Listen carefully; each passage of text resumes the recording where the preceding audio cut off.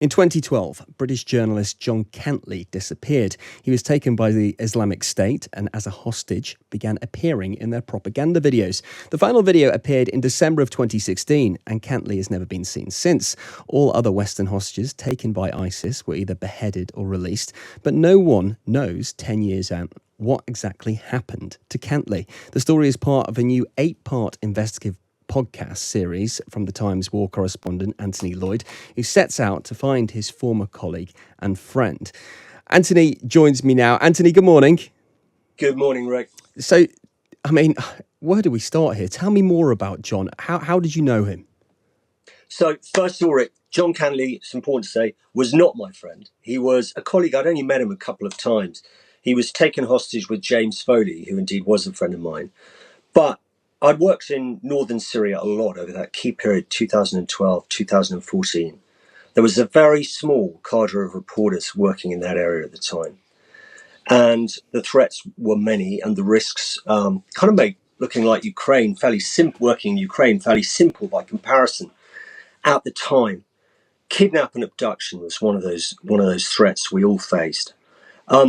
Now, at the high point of the hostage crisis during that time, there were 22 Westerners held by Islamic State.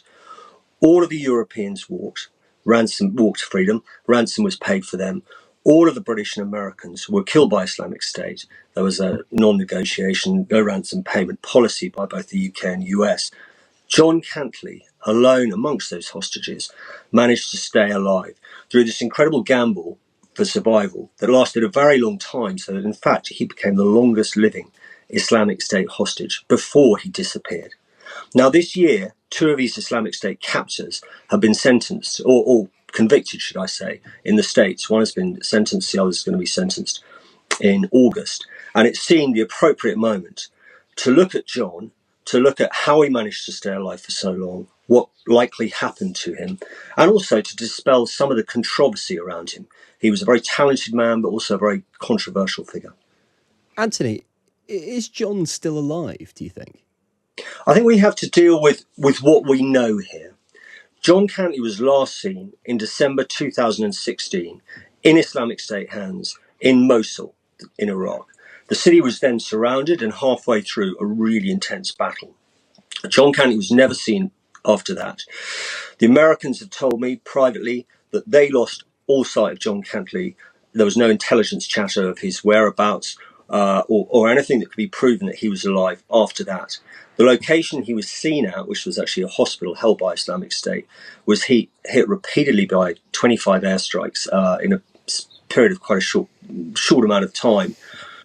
Islamic State's redoubt after that, which was in the old city of Mosul, was utterly obliterated. There is now a tree planted in John Cantlie's memory in the Al-Nouri Mosque in Mosul. He has never been seen again, and reports that surfaced in 2019 that he might still be alive in Syria turned out to be false reports. So that's what we know.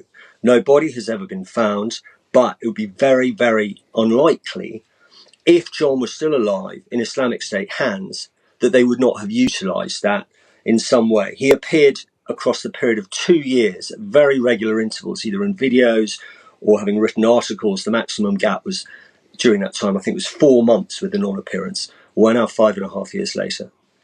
John lasted longer than other hostages. He appeared in these propaganda videos for ISIS. Do you think it was genuine on his behalf that he was doing that, or was he basically playing for time? I think there are 3 things here. First of all, there are 3 questions around that. Were those videos something that was just enforced on him as the quid pro quo for staying alive?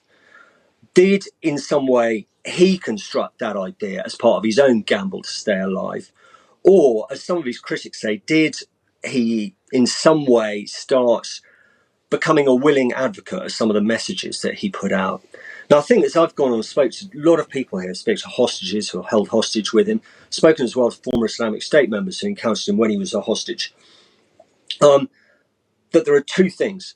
John was as desperate to survive as any other of the hostages. And when you're in that situation, you are in a struggle for survival, and you'll do what it takes as a hostage survivor in order to stay alive. Point number 1.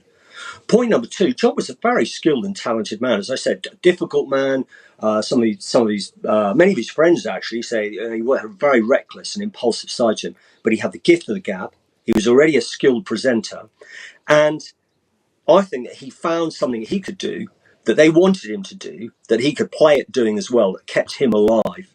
But I think also it is fair to say that John did believe a lot of what he was saying, because a lot of what he was saying pertained to Western hostage policy, which had left him as the last man standing when all the other hostages from Britain and America were killed. And he felt very bitter about that. And that came through in the videos. So the videos had their power as a propaganda tool from Islamic State because they were woven with John Cantlie's feelings amidst the Islamic State propaganda message. Anthony, thank you so much for telling us more about John Cantlie. Absolutely fascinating. This is part of a new 8-part investigative podcast series from the Times war correspondent Anthony Loyd that is available from today.